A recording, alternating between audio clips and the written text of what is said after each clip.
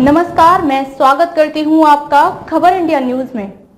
आइए नजर डालते हैं आज की खास खबर पर।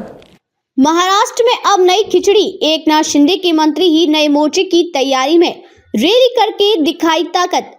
महाराष्ट्र की राजनीति में उथल पुथल और लगातार नए खेमों का तैयार होना जारी है। मराठा आरक्षण आंदोलन पर अब तक एकनाथ शिंदे सरकार कोई हल नहीं निकाल सकी है।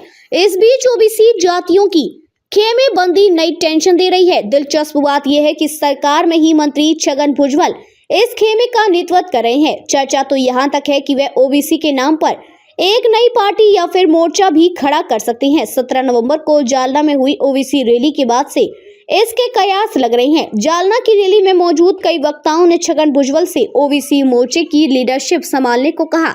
यही नहीं, उन्हें सीएम बनाने तक की मांग की गई। महाराष्ट्र की राजनीति फिलहाल मराठा और ओबीसी खेमों में बढ़ती दिख रही है।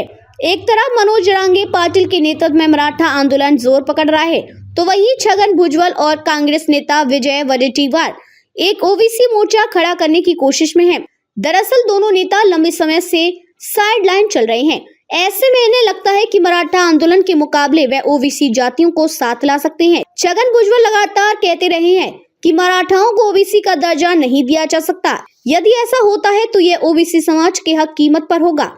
इस मोर्चे को लेकर कयास इसलिए तेज है क्योंकि विजय वडेट्टीवार ने यहां तक कह दिया है कि वे इस मसले पर कांग्रेस तक छोड़ने के लिए तैयार हैं। उन्होंने कहा कि यदि छगन भुजबल ओबीसी समाज का नेतृत्व करना चाहें तो मैं पार्टी छोड़कर आने को तैयार हूं। इस मोर्चे की रैली में एक पीला झंडा भी फहराया गया। इसी की ओर इशारा करते हुए विजय वडेट्टीवार ने कहा कि यदि हम जहां हैं वहां न्याय नहीं मिलता तो फिर हम यहाँ लगे पीले झंडे को सैल्यूट करते हैं और साथ आने की शपथ लेते हैं। छगन भुजबल साहब, हम आपके साथ हैं के लगे नारे। उन्होंने कहा कि यदि साथ हैं तो फिर महाराष्ट्र की राजनीतिक तस्वीर ही बदल देंगे। आरक्षण बचाओ यलगार सभा के बैनर तले यह रैली की गई। एमएलसी राजेश राठौड़ भी इस दौरान मौजूद थे। उन्होंने कहा कि छगन भुजबल साहब, यह जंग आपने शुरू की थी, लेकिन आज पब्लिक आपके पीछे है। हम सभी आपके साथ हैं। इस बात की हमें परवाह नहीं कि आगे क्या होगा। खबरों में अब तक के लिए बस इतना ही।